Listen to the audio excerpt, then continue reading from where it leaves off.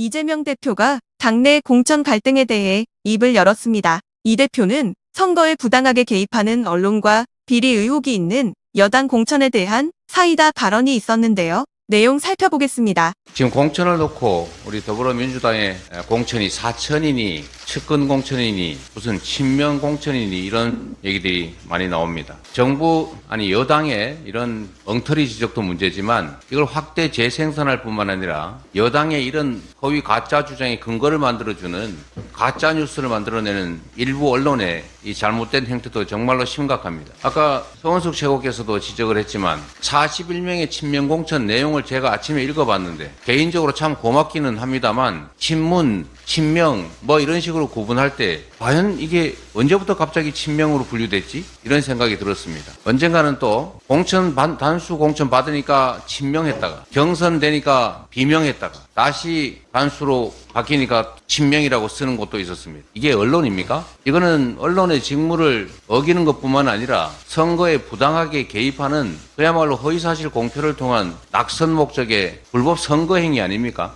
엄정하게 책임을 묻겠다는 말씀을 다시 한번 드립니다. 이거는 민주공화정의 근간인 선거를 그야말로 망치는 반헌정 행위입니다. 다시 한번 지적드리고 오늘 법적 조치를 포함해서 향후에는 더 엄정하게 대응하겠다는 말씀을 드립니다.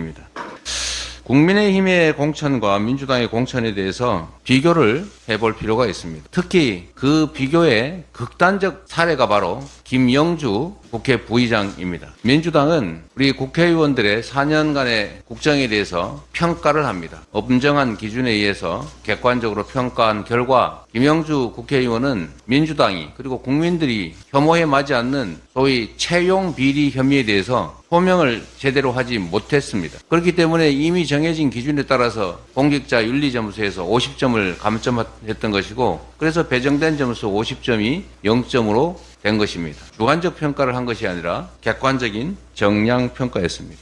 민주당이 시스템에 의해서 걸러낸 이 채용 비리 의혹이 있는 후보를 국민의힘이 영입을 해가지고 공천을 냈습니다. 그런데 권성동 후보 또 어떻습니까? 유명한 취업 전문 국회의원 아닙니까? 제가 어디서 그 음악도 하나 기억이 나는데 들었던 기억이 나는데 그분도 공천 받지 않았습니까? 국민들에게 취업시켜 주시려고 권성동, 김영주 이런 분들 공천하시는 겁니까? 이제 국민들은 그 두 분한테 줄 서면은 다 취업되는 것입니까? 뭐 이런 공천이 있습니까? 채용 비리 의혹 그런 점에 대해서는 걸러내야 함에도 오히려 영입까지 해가면서 공천하는 국민의힘 과연 제대로 된 공천인지 우리 국민들께서 판단하실 것입니다. 민주당의 공천은 이미 1년 전에 정해진 특별 당규에 따라서 그리고 작년 연말에 이미 확정된 평가 결과에 의해서 공정하고 투명하게 그리고 엄정하게 이루어졌습니다. 그 결과로 참으로 안타까운 일이지만 역량 있는 민주당의 다선 중진 의원들 상당수가 두 자릿수에 이르는 분들이 이 선으로 후퇴하셨습니다. 불출마하신 분도 계시고 경선에서 아깝게도 안타깝게도 패배하신 분도 계시고 또 경선안에서 배제되신 분도 계십니다. 현재로서는 11분에 이릅니다. 참으로 안타깝고 가슴 아픈 일이긴 합니다만 새로운 신진 기회들에게 기회를 드리고자 하는 우리 국민들의 바램을 변화와 혁신 공천에 대한 우리 국민들의 기대를 반영한 것입니다. 이 과정에서 불가피하게 갈등이 발생합니다. 그 갈등은 변화를 위한 불가피한 진통임에도 그 진통을 마치 부당한 탄압이나 부당한 결과인 것처럼 또 내부에 엄청난 내홍과 분열인 것처럼 이렇게 왜곡 조작해서야 되겠습니까? 국민의힘 공천에 대해서 한두 마디만 더 저도 말씀드리겠습니다. 국민의힘은 우리 국민들이 지적하는 문제점들에 대해서 시정을 하거나 반성을 하기는커녕 오히려 그래 어쩔래 이런 태도를 보이고 있습니다. 아까 서영교 최고께서도 지적을 한 부분이긴 합니다만 우리 민주당 같으면은 돈 봉투 주고받은 거 확인되면 절대로 공천하지 않습니다. 이거는 공천 심사 대상도 아니고 적격 여부 심사 단계에서 이미 배제됐을 것입니다. 정우택 후보 단수 추천 받으셨던데 CCTV 영상에 돈 봉투 주고받는 장면이 그대로 찍혔지 않습니까? 변명이 또 가관입니다. CCTV 찍히는 그 장면에서는 분명히 돈을 받았는데 CCTV 없는 데서 돌려줬다고 합니다. 그리고 돈 봉투를 준 그 업자는 돌려받은 일이 없다고 지금 주장합니다. 그리고 상식적으로 생각해 보십시오. 돌려줄 것을 왜 받습니까? 제가 그 장면을 봤더니 사양하는 척 하면서 쓱 집어넣더군요. 진짜 사양하면 되지 않습니까? 우리 민주당의 시스템에 따르면 심사 대상조차도 되지 못할 이 돈봉투 후보를 뻔뻔하게 단수 추천하는 것이 바로 우리 국민의힘의 공천입니다. 고속도로, 양평고속도로 잊어버리셨습니까? 양평고속도로를 갑자기 대통령 처가 땅 근처로 확 바꿔버린 원희룡 국토부 장관, 무관한 척하지만 지금까지 책임이 있는 것으로 드러나고 있지 않습니까? 지금 인천에서는 그런 걱정을 합니다. 이 GTX 노선도 휘는 거 아닐까? 여러분은 걱정되지 않으십니까? 국가 권력을 이런 식으로 사적으로 남용한 의혹이 있는 이런 후보들을 또 단수로 과감하게 추천합니다. 해병 사망 사건, 그리고 해병 사망 사건 은폐 의혹은 또 어떻습니까? 그 관련자들을 또 과감하게 공천을 합니다. 책임을 묻기는커녕 오히려 신범철이니 임종덕이니 이런 사람들 공천하고 있지 않습니까? 저도 한번 보여드리겠습니다. 빌려서. 국민 여러분, 이게 말이 되는 공천입니까? 국민들에게 뭐 먹어라 이러는 것입니까? 책임을 묻지는 못할 망정 뽑기를 열어줍니까? 이게 국민의힘의 공천의 실상입니다.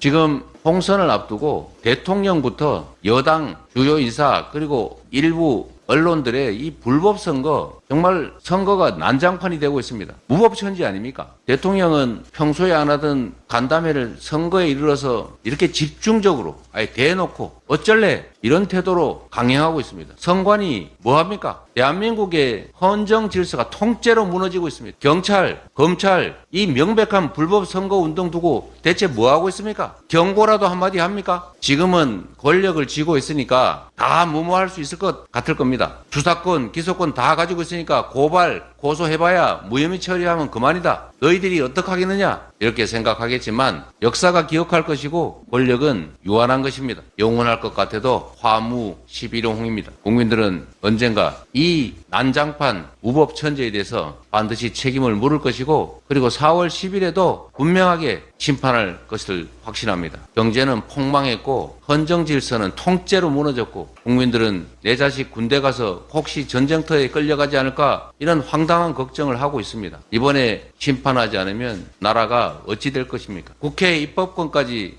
저들에게 넘겨줄 경우에 법과 제도 시스템까지 통째로 망칠 것입니다.